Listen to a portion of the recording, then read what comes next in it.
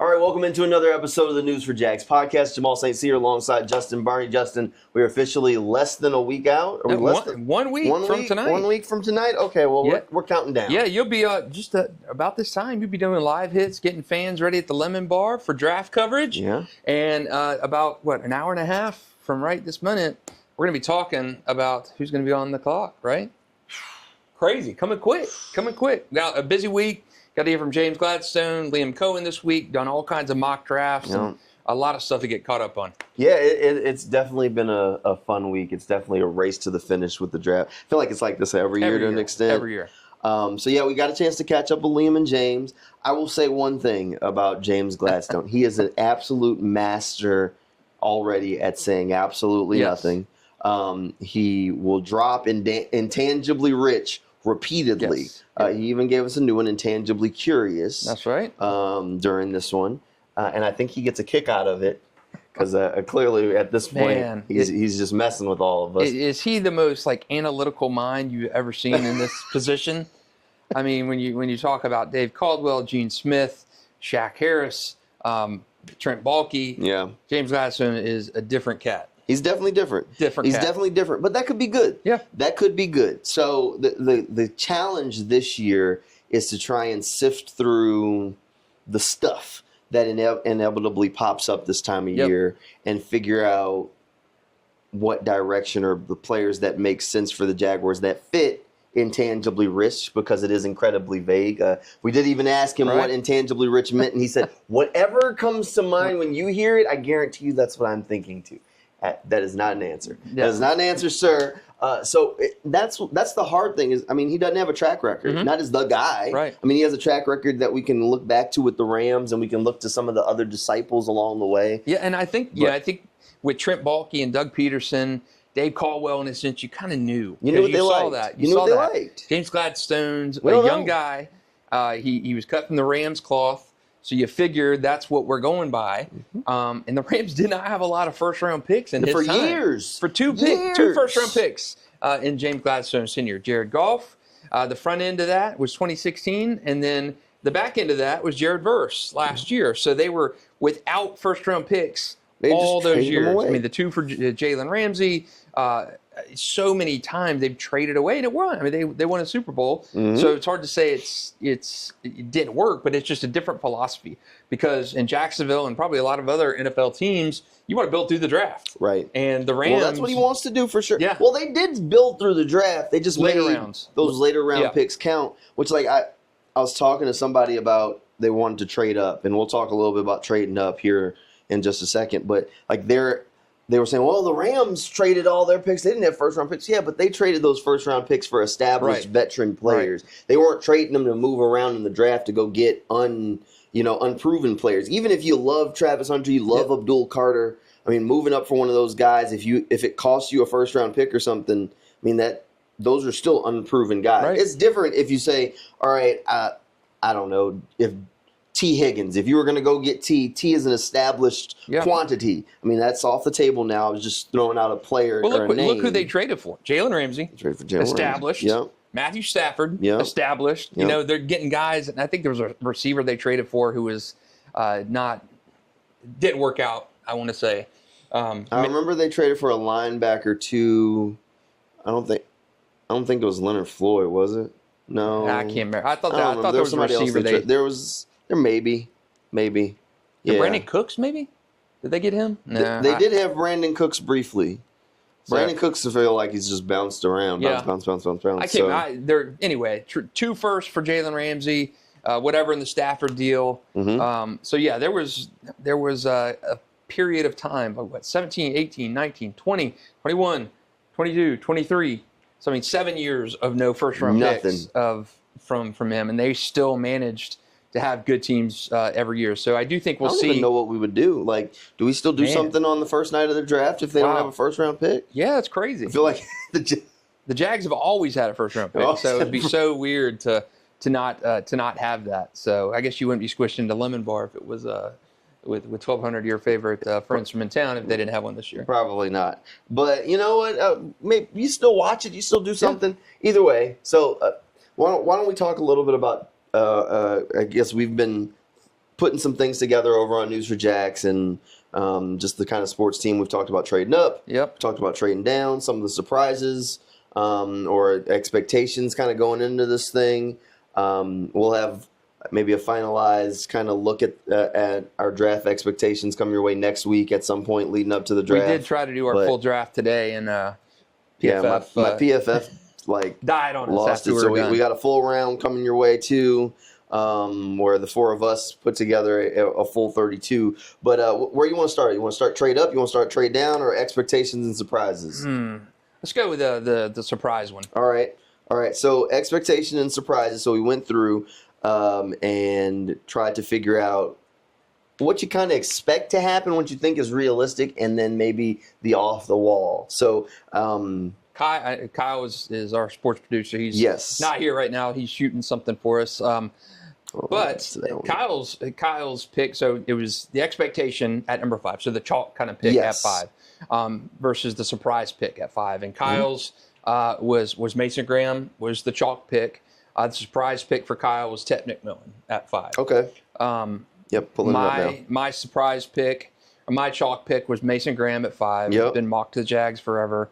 And my surprise pick is the guy I've been banging the drum for since we started talking about this, Ashton Jeanty. Your surprise pick? Yep. Mine was my. Well, can we talk about Ashton Jeanty first? Yeah. So let's talk about. So you've been banging the drum for Jeanty, and I've been banging my head against the concrete. But maybe I'm coming around a little bit, Justin. All right. I'm not coming around from a roster building perspective. I wouldn't do it. I've sold it. The sales pitches work. But from a standpoint of it could be a reality. Let's look at the Rams again. Yep. We don't have a whole lot of James Gladstone to go with. Les Snead drafted Todd Gurley, right? First round pick. All right. The Lions GM also from that Rams cloth, Ray Agnew, and he drafted Jahmyr Gibbs. Yep. Okay, so these are two teams that valued that, and they all come from the same kind of ecosystem, as James Gladstone would say. And if we're talking about Ashton Jeanty, yes, he would be intangibly rich. Yes, he would be intangibly rich. He would represent a player that you know you're not going to miss on. He would represent an upgrade on your roster, and he would be staying true to the board. As Trent Baalke would say, let the board speak to him. And why I like that pick and why I have been on the Ashton bandwagon from before we really started getting to mock draft season, he helps Trevor Lawrence immediately. Travis Etienne, Tank Bigsby, Travis is plateaued. Tank Bigsby, I think what Tank is 3 years into his career. I think he's going to be a solid back, a 8 to 10 touch a game kind of guy. But you don't have really that game changer. You got a game changer at receiver now with BTJ. You hope you have one in Diami Brown. But you don't have that out of the backfield. Travis just hasn't materialized. I mean, he had a good season, and he's kind of just been since then. Ashton Jeanty, between Ashton and Travis Hunter, are probably the two best players in the draft. I don't think he's Saquon Barkley 2.0, but I do think Ashton Jeanty is a massive, massive upgrade over what you currently have. They address the offensive line of free agency to an extent.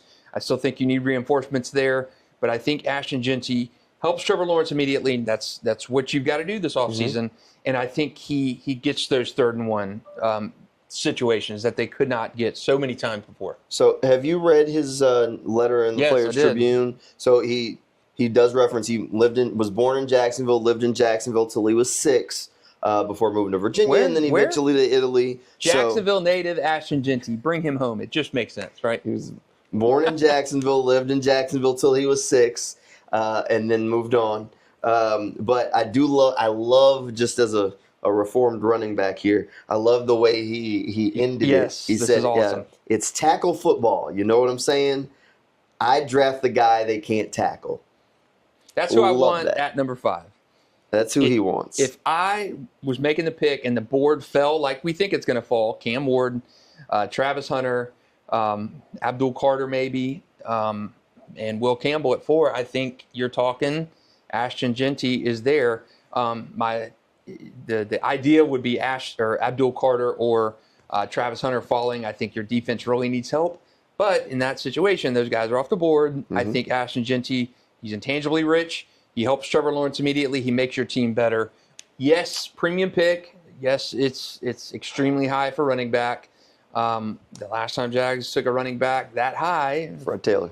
No, Leonard Leonard Fournette. Fournette. Oh, Number man. 4. Okay, I forgot about him. Fournette was okay, but he wasn't. He was never kind of the guy. We don't need to go down the Fournette bandwagon. But I do think Ashton makes this team better. He helps Trevor Lawrence.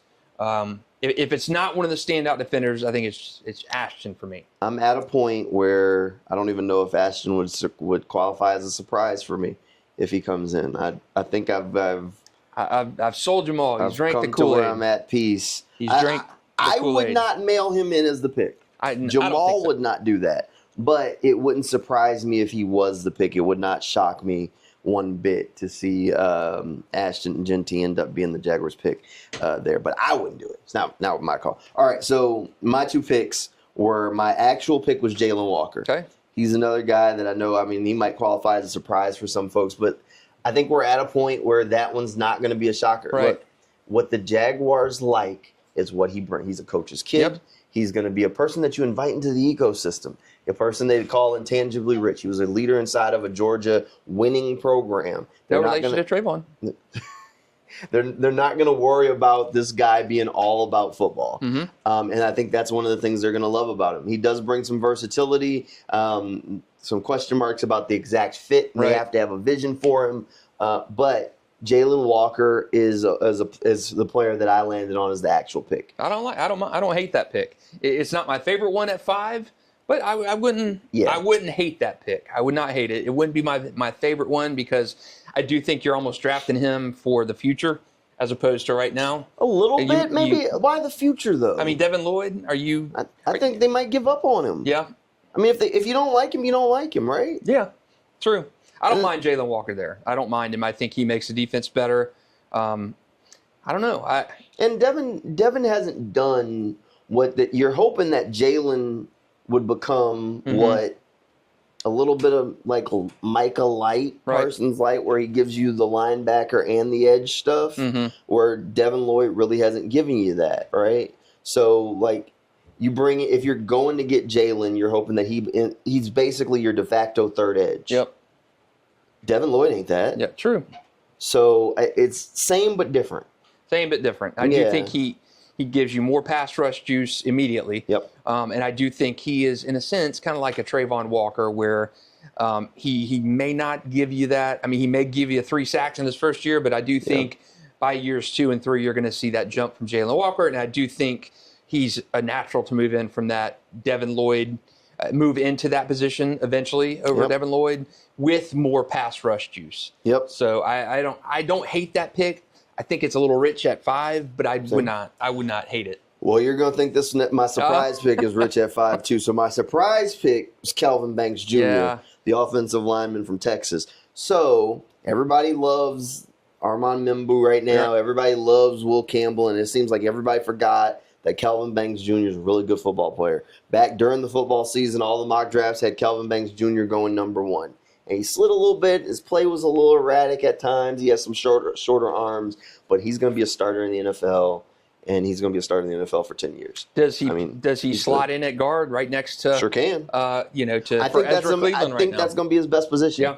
I think his best position in the NFL is going to be guard, but if for whatever reason you say, you know what, we don't love Walker or Anton, I think give you a tackle spot too. I think that's perfectly in the realm of happening. I mean, Anton is a first-round pick. He's entering year 3. He's been pedestrian so far, so you got to hope that he takes that jump. I mean, naturally, you spend a first-round pick on the guy, but he's been average to below average his entire time in the league. And the last regime drafted you. So not their guy. So, I mean, it could be Kelvin Banks. Again, not an extremely sexy pick, but it helps Trevor.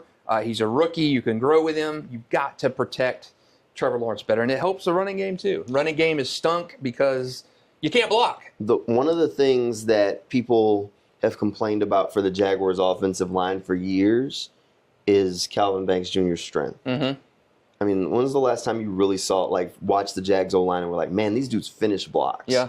I mean, that was the complaint Tony Baselli's made that complaint on the radio, that these dudes don't go finish blocks. Yeah. They kind of stand, you see them standing around.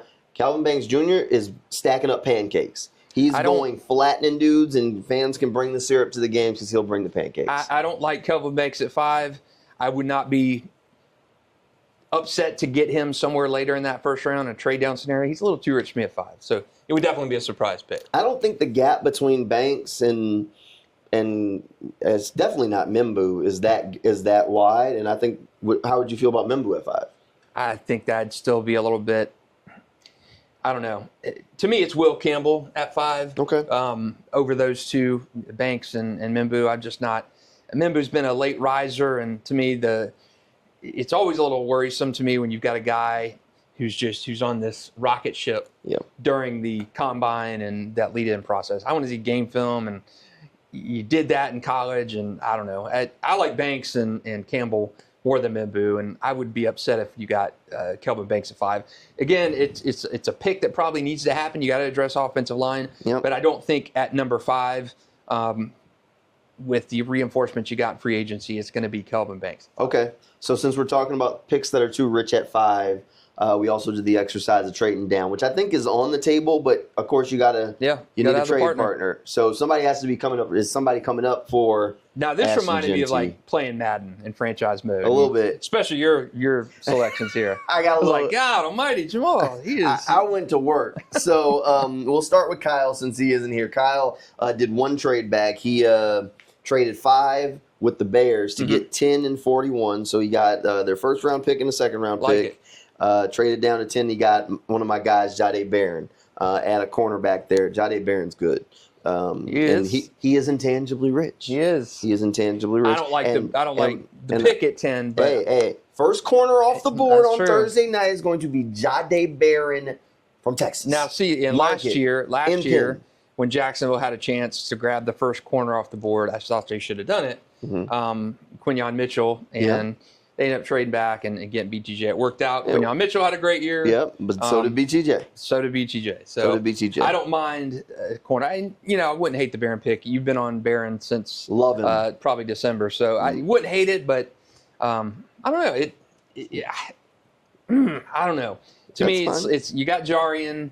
You got Tyson Campbell. I don't think it's a need. I don't think it's that need. I think you need to add to the cornerback room, but I think there are bigger needs on the roster. Yes, I agree. If you draft him, I think they're getting a really good player, so I wouldn't hate it because I say, all right, I think he's a guy that they will love.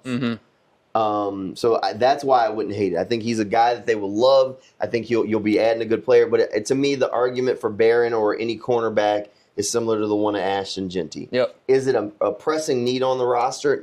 No, it's not. But are you getting a good player because ultimately that's all it's going to come down to. If you pick a guy and people, oh my God, you have Travis Etienne and Tank Bigsby. The second Ashton Jeanty breaks a 60-yard run for a touchdown, everybody forgot. Then it's it was great. You're patting yourself on the back. But on the other hand, if you miss on Jeanty, then nobody forgets, and they're going to hold it over your head for the rest of your career. So Leonard Fournette. There have been so many guys. It's the same thing with Jalen Walker. Everybody questions it. There's a lot of people. I've been trying to post one player a day on Twitter just to ask you, hey, what's your reaction going to be for this guy if they draft this guy? Who's been the best reaction so far? The most positive reaction so far, honestly, Jeanty got a lot of positivity. I'm glad you've come around, my friend. I'm glad you come around. Jeanty got a lot of positivity. There was a lot of positivity for Mason Graham. I think Mason was probably the most. Jeanty's probably the second most. Will Campbell probably right behind that. Jalen Walker was the most negative. But the second he starts starting and making plays, I think people forget and would move on.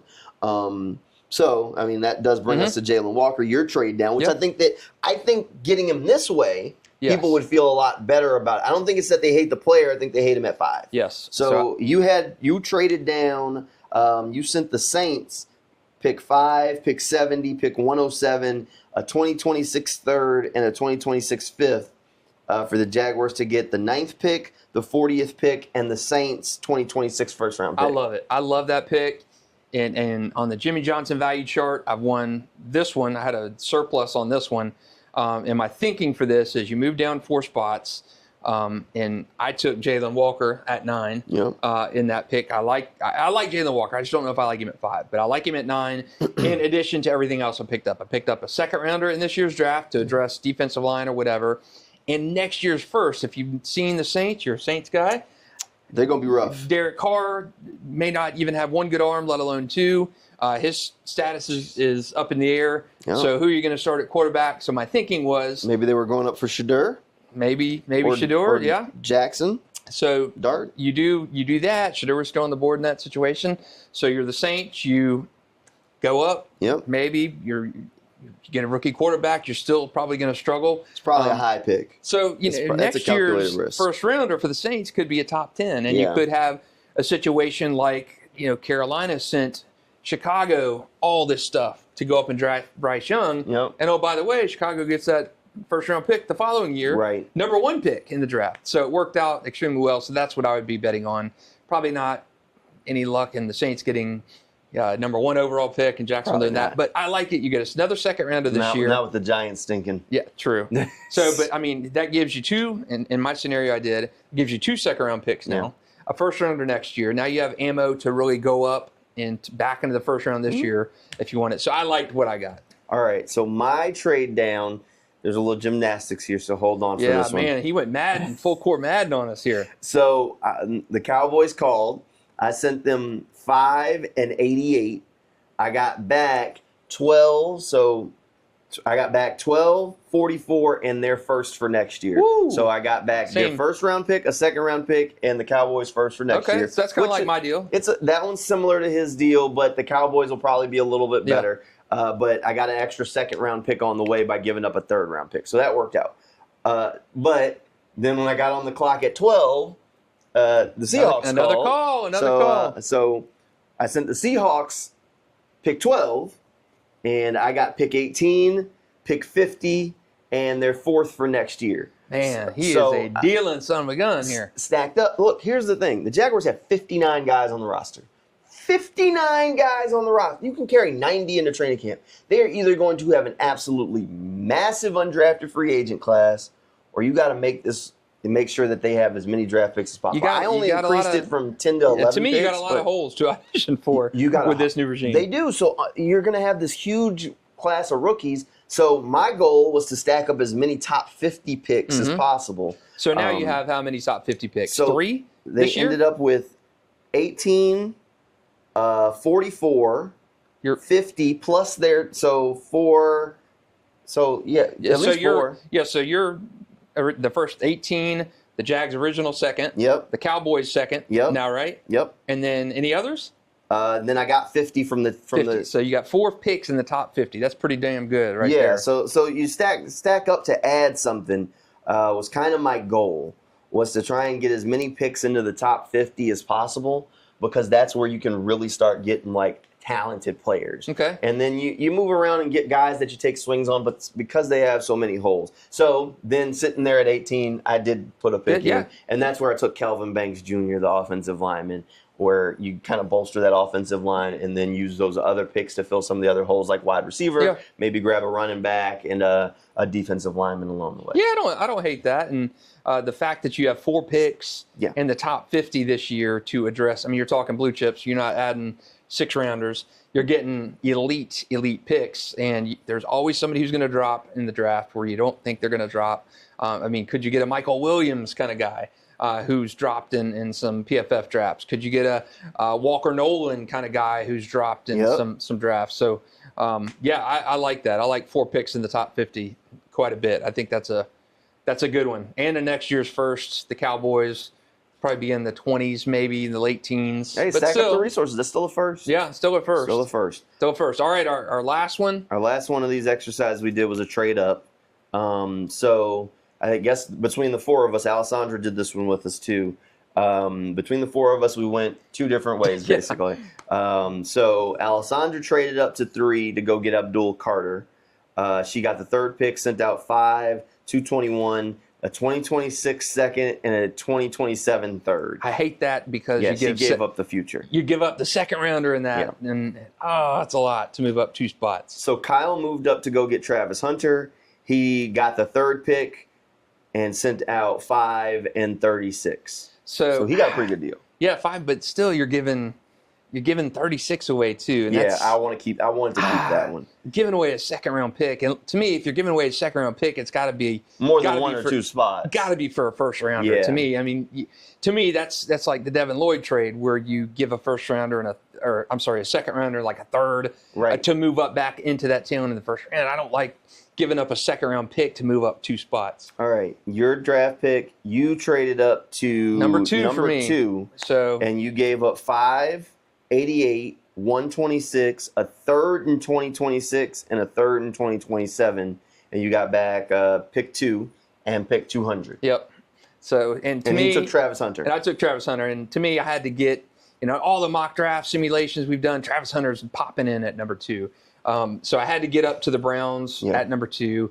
I didn't want to risk wait until the Giants pick, which Alessandro and Kyle did, because then you're waiting for the Browns to take. Alessandro took Abdul Carter. Yep. Okay. So Kyle took Travis Hunter. I don't know if I mentioned that. Yeah. So I just don't. I did not want to wait to number 3. Yeah. Because a lot of mocks, Cleveland is snagging Travis. I wanted Travis in this draft, so I did what I had to do to go up. I held on to my second round pick. I did not. To me, there's a difference. There's such a wide variance in a third rounder, and then that second rounder where you're picking at almost the top of the second round. I just don't think you can do that to go up 2 spots like Kyle and Alessandro did. So here's what I did. I got on the clock and I tried to get up to 2. Yeah. Because I was trying to go get Travis Hunter. It was expensive. I couldn't get there. I ran. The Browns ended up making the pick. So we're doing this exercise. I had to trade up anyway. So I was trading up to 3. So at Travis Hunter, I knocked on the door. The Browns got him? Browns said no. They drafted him. So I ended up going up to 3 after I struck out on Travis Hunter, and I gave up pick 5, pick 88, pick 142, and pick 221. Okay, similar to you and 3. I. Similar to what.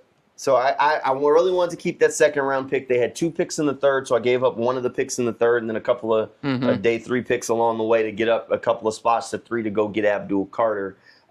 Which for me, like the same argument you make for Jalen Walker, Abdul Carter can do all of that, but better. Yeah, I agree. So, an opportunity to go get that guy if you can, I think is a good one. You go do it. Yeah. So he's. To me, there are 2 really good defensive guys in this draft who are kind of game changers. Travis Hunter and Abdul Carter in terms of what you want to get that. And Mason Graham, too, I'm just so much higher on Travis and Abdul than I am on anybody else defensive-wise in the draft. Mason Graham would be fine. I think he's a safer pick. Yeah. I'm not married to the fact at all, but I do think it fills a position of great need on the defensive line. But when I'm looking at drafts, Travis Hunter and Abdul Carter are here, and Mason Graham is here. I mean, there's just such a wide chasm. Oh, there's a gap. There's a gap, and that's why the trade up would make sense. But I don't think it's realistic. Right. I don't think they're going to trade up. I think agree. If they do a trade, they're trading down more likely than anything else. But ultimately, you got to have somebody that wants to come up. The wild card is if the Browns go Shador at 2. Yes, that opens something up. You're going to get. Or if the Giants go Shador at 3. Yeah, true. I don't know. I don't know. Maybe if you're the Saints and you're on the clock or you're the Saints and you've seen Cam Ward at 1 and you're thinking, man, we got to get our quarterback, and then Travis Hunter and Abdul Carter or fall off the board, and then you're sitting at 5, and the Saints are like, okay, well the Jets are possibly in a quarterback kind of situation at 7. Then you explore, okay, maybe we consider moving up from 9 to 5. That's really the only one I could see moving up. The domino that has to drop is Aaron Rodgers, right? I mean, he's the domino. The Steelers are supposed to be waiting on him. Possibly the Giants waiting on him. With the Saints, with their situation with Derek Carr, why wouldn't they be, at least calling? To me, the Saints make sense because Derek Carr, regardless if he plays this year or not, you're not going to keep him next year. No. You've got to. You got Spencer Rattler on there too. You've got to do something if you're the Saints. Got to. Well, so do the Steelers. As well. The Steelers and Saints don't have a quarterback. The Giants can at least tell you, well, we got Russ and Jameis. All right, whatever. That's your business. The Steelers, the Saints, and really the Browns. Right. Like, who do the Browns have? They got Joe Flacco. Their owner flat out said Man, we Kenny wasted the Pickett money on Deshaun Watson, y'all. Kenny Pickett and Joe Flacco, and I don't know if you're comfortable with either of those guys. How can you be? I mean, to me, that's an indictment. Like, you must hate Shedeur and Jackson Dart, or I don't know. Look, I don't know how one of these teams isn't going to have to get a little antsy and try and move up. I think so. I agree. The bigger question is, but I mean, what sort of haul would you have to get from Pittsburgh to move that far back? You're talking a 16-pick swing. I mean, that's a massive. I mean, that's another first rounder next year, another second rounder this year too. Yeah, that's rich right there. And that's still, if you're Jacksonville, I think you consider making that deal. If you're talking, hey, we need blue chippers, you got to have something in this year's draft though too. Call me Mike. Yeah, but yeah, if you're New Orleans, you've got to be antsy. If you're Cleveland, I mean, you're in a good spot because you can get QB2 in the draft. But to me, the book on Shedeur reminds me of Will Levis, in a sense. No. Where Will Levis is top 5 in the draft year, and he falls to the second round. There's just such a wide variance of opinions on Shedeur, and I've seen ESPN reports, stories from various writers throughout the lead up, and people say Shedeur is second round talent, and with the dearth of available quarterbacks, you're in that Sahara Desert, and you're going to grasp. Somebody's going to overdraft Shedeur. Somebody's going to overdraft Jackson Dart. I've even seen like Louisville quarterback in the second round. I got him in the 7th round the other day in the PFF draft. The quarterbacks are all over the place, and they always are, and they always will be.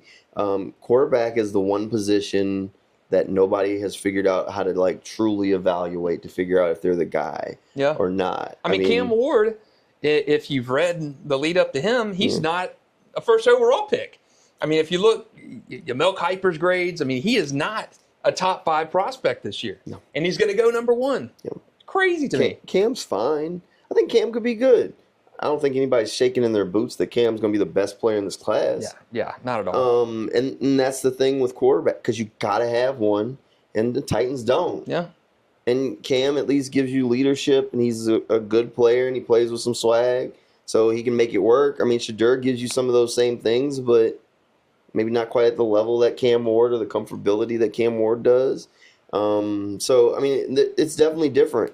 Look, can Shedeur give you everything that Andy Dalton gave the Bengals? Probably, yeah. But he's accurate. He's accurate in the pocket. I mean, 74% passer in college football last year. And that's the thing. But I guess the NFL has changed to the point of, like, Andy Dalton wouldn't start as long in today's NFL as he did when he was playing, because like teams are now saying either you got the guy or you don't. And if you have just an average quarterback, you basically have almost next to zero chance of actually winning the Super Bowl. Right. So they're jettisoning those guys off for another chance to try and go get the guy. I mean, look no further than the Seahawks with Geno Smith, maybe the Vikings with Sam Darnold. The Jaguars with Trevor Lawrence. I'm kidding.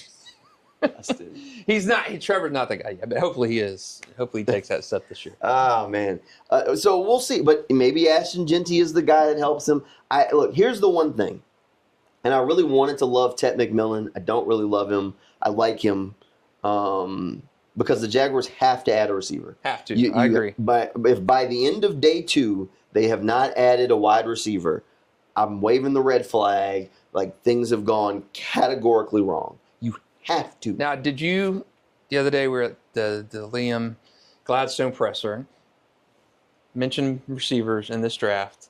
Liam said, it's not as elite as some classes, and then goes on to mention Wyoming Brown. And Parker Washington. Yeah. Gabe Davis, anyone? Gabe Davis, your number 2 receiver at this point, right? I mean, he didn't even mention Gabe. On paper. He left Gabe off. He should be. He should be out of town. Gabe Davis stinks. He was a horrible signing last year. And I've beaten this drum. When they signed him last year, you gave up Zay, who I thought was a better player than Gabe Davis. Gabe Davis is boom or bust. If you look at his time in Buffalo, never had more than 45 catches in a season. He was a guy you threw a prayer up and went to, but he was not a good receiver. You paid him number 2 money. He comes in, has a bad season, more drops and touchdowns. Just not a good fit. Not a good fit in this locker room. And you're kind of handcuffed by his contract unless The coaching staff just farms him out for something this year. To me, it's an indictment on Gabe Davis when Parker Washington is mentioned over your number 2 receiver. Look, I think, and that's why I'm saying they've got to get a receiver. Regardless, I'm with you. They've got to come away with a receiver. If they sit at 5 and draft anybody, I don't care who it is. If you tell me they pick Mason Graham, if you tell me they pick Ashton Jeanty, if they pick Jalen Walker, if they pick Kelvin Beck, no matter who they pick at 5, if you're there sitting there watching the draft and somebody's sliding down that they like, I mean, I would prefer Emeka Egbuka in the second round, but I can understand needing to secure your guy. If you get to 27 and they're looking at it like, we got to go get this dude, I would not knock it. I'd applaud him and say, thank you, good job. I'm with you. Because you cannot sit there and then get on the clock in the second round and say, oh no, all the good receivers are gone or something. What do you have, right? I mean, let's say this year plays out and we're into next offseason right now. We're in 2027 offseason. Parker Washington, he's kind of an enigma. You don't know what you're going to get with Parker Washington. Nope.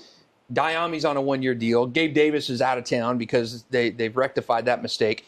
And you've got Brenton Strange as your number 1 pass catcher in BTJ. Who else on that pass catching core is going to be a receiver? Who else is in that mix? There's nobody. You've got to get something this year, and you've got to do it early, preferably late first round, early second round, in the third round. You've got to address receiver. Receivers solid this year. Yeah, there are a handful of receivers I like. I don't hate Egbuka. I just don't know how high his ceiling is, but you already got your star, so you just need you got your home run, you need a double. Egbuka could be that. I'd rather Jaden Higgins. I really like Jalen. I like both of the Iowa State guys. Yep, Jalen Knowles really good. Rob Beck from TCU. I like him. I think Besh. Besh from TCU. Besh is good, though. I think he could be good, and he's a nice guy who can give you some of that flexibility, big body. Played with Brian Thomas Jr. I like it. Who had higher receiving yards, Brian Thomas Jr. or Jack Besh when they were freshmen at LSU. Wow. Jack Besh had more receiving yards than Brian Thomas Jr. and Malik Neighbors. Wow. Yeah, strange stuff. So I like Jack Besh. I think that one would make sense. I think he's a guy who's been connected a ton. I wouldn't hate Kyle Williams. I mean, there's a handful of receivers. There's a couple I'd stay away from just from a volatile. I know that a lot of people like Luther Burton Jr. I'd stay away from him. I'd probably stay away from Trey Harris.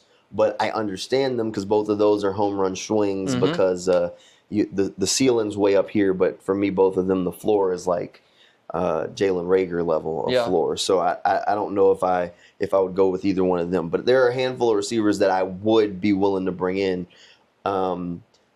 Here's my off the wall thing, and I know we're almost out of time for this podcast. Hear me out, man. Hear me out. When he says this, something crazy coming. You get on the clock in the second round, and we're talking about adding a receiver because you have to add a wide receiver, right? Or you have to add pass catchers. That might lean you where I'm going. You get on the clock in the second round.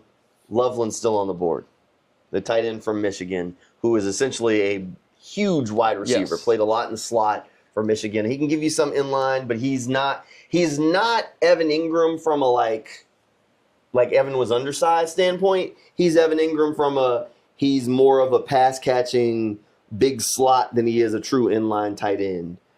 I think he would be an interesting thought. Be an interesting fit, and I'll tell you why I lean away from tight ends at that high in the draft. Colston Loveland. You signed 2 guys in free agency. You got Brenton Strange. Okay, but the 2 guys in free agency don't even count. So you're gonna take 4 tight ends into. You cut one of them. The guy you just signed. You cut Hunter Long. Hunter Long is on like a pennies and nickels contract, and Johnny Munt. If Johnny Munt or Hunter Long keep you from signing someone you think could help your team, I don't know how. I don't know. I don't know. Again, 59 guys on the roster. I don't know if tight end in round 2. I'm just saying he has a different skill set from all the tight ends on the roster. He would help to solve the pass catching situation because let's just say Brenton Strange has 600 yards receiving. You think that's good? I'm not sold on Brenton Strange. All right, so Colston Loveland in round 2, big slot. And that helps to alleviate the pass catching pressure. I don't like the thought of carrying 4 tight ends. But I do like the thought of Brenton Strange, Loveland, and one of the free agent guys. Yeah, you sticking cut around. one. One of those. I'd have to look at guaranteed money and all that stuff. They ain't making nothing. Hunter Long is not making big money. 4 tight ends is a no-go for me. But, Loveland at the top of 2, Brenton Strange, and one of the 2 free agent guys I like, but not 4 tight ends. Just an idea. But no, I'm not opposed to that. Just an idea. I'm not opposed to that. You can fix pass catchers in different ways. I mean, they want to spread the ball around, is what Liam Cohen said, and you need guys who are versatile. I think it was a mistake. I think it was a mistake to sign 2 tight ends to free agency. Right, well, I would have gone with one of those. Again, 59 guys on the roster. They have a lot of guys they need to sign. Yeah. We're going to be looking at a 20-person undrafted free agent class. Good. 20. Good. They're going to try and get pretty close to 90. That means it's going to be they have 10 draft picks, which if you're at 59, that gets you to 69. Yeah. You're about 21 players. Yeah. So that is a massive class of guys that are going to be selling insurance. Yeah. Oh, man. It's coming soon. It is. It's coming soon. All right. So that'll pretty much do it for this podcast. We'll roll another one of these out for you next week as we count down to the draft, maybe our final version of the mock draft, and put those final predictions. And maybe we can come up with a couple of prop bets along the way, maybe? I'm for it. Yeah, maybe? All right. I mean, I'm already on record saying Jade Barron first corner off the board before Will Johnson, and I'm sticking there. I think it's going to happen. I'm sticking there, too. I'm sticking there. Jade is there. Kyle will be happy about that. Kyle would be happy. All right, that'll do it for us on this episode of the News4JAGs podcast. We will see you guys next week. All right, see you next time.